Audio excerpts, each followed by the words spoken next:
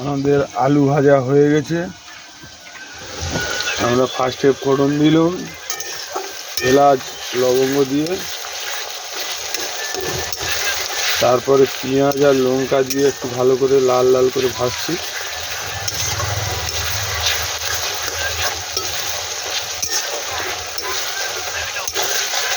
পেঁয়াজটা নষ্ট হয়ে যাচ্ছিল বলে একটু 4টে পেঁয়াজ দিচ্ছি, নাহলে 2টো পেঁয়াজই হয়ে যেত।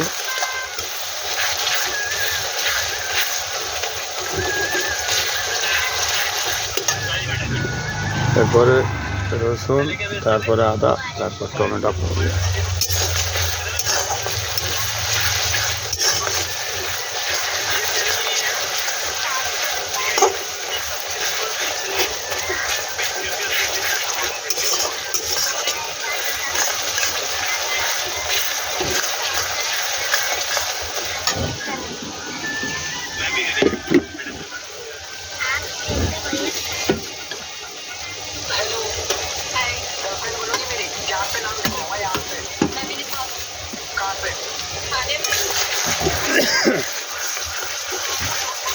লবণ মাপ মতো দিয়ে দেবে।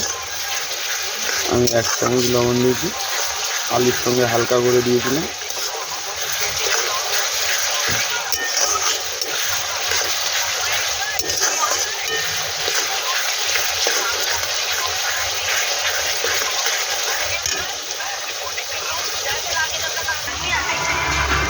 আদা দিয়ে দিয়েছি, আদা দিয়ে নাড়ছি, এখনো কষা চলবে।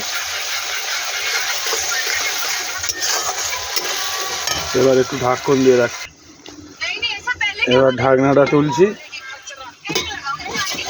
যাতে তোলায় না লেগে যায়। হালকা হালকা লেগে গেছে।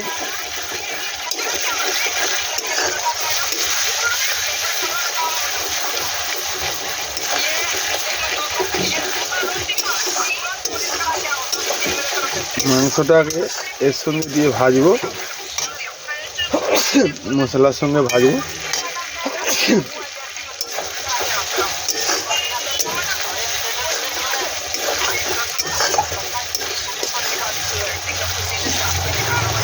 লাল হয়ে এসছে, মশলা পরে দেবো। এই পেঁয়াজ আদা রসুন লঙ্কা এর সঙ্গে দিয়ে মাংসটা কষা হবে। মাংসটা দিয়ে দিচ্ছি, এটা ভাজাও হবে। মুরগির যে গ্যাসটা কেটে যাওয়া হবে।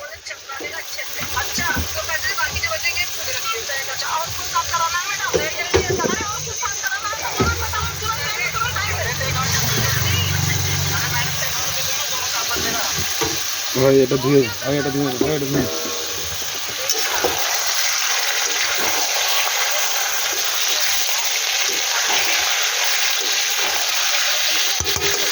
এর সঙ্গে দিয়েই কষা হচ্ছে, ভাজা হচ্ছে প্লাস কষা হচ্ছে।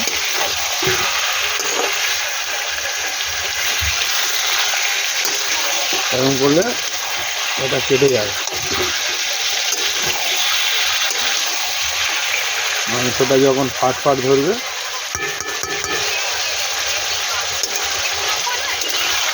এরকম মাংস ফাট ফাট ধরছে, মাংস ফাট ফাট ধরছে।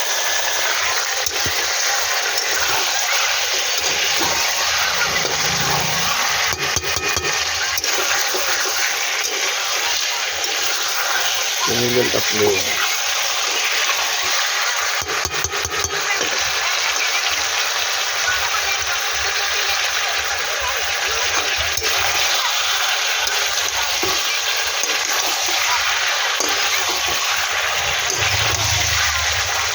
এখন নাড়া চলবে।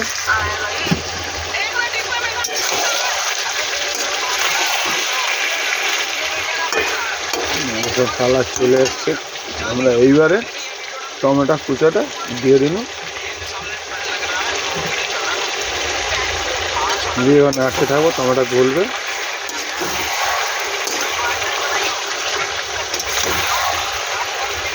ভাজা হচ্ছে। মুরগির গ্যাসটা কেটে যাবে।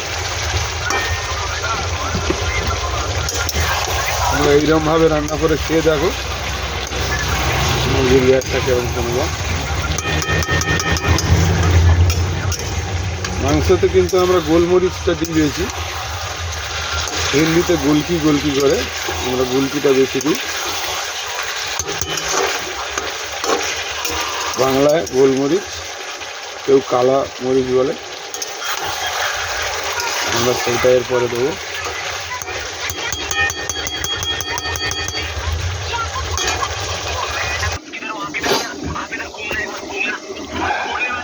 ধনিয়া, জিরা, এই হলুদ, আর এই আমাদের পার্সোনাল মশলা বানানো, আর এটা গোলমরিচ আমরা গুঁড়ো করে নিয়েছি কিনে, দেখতে পাচ্ছ। এইগুলো এরপরে পাটে পাটে পড়বে, আমি দেখাবো কীভাবে ফেলছি।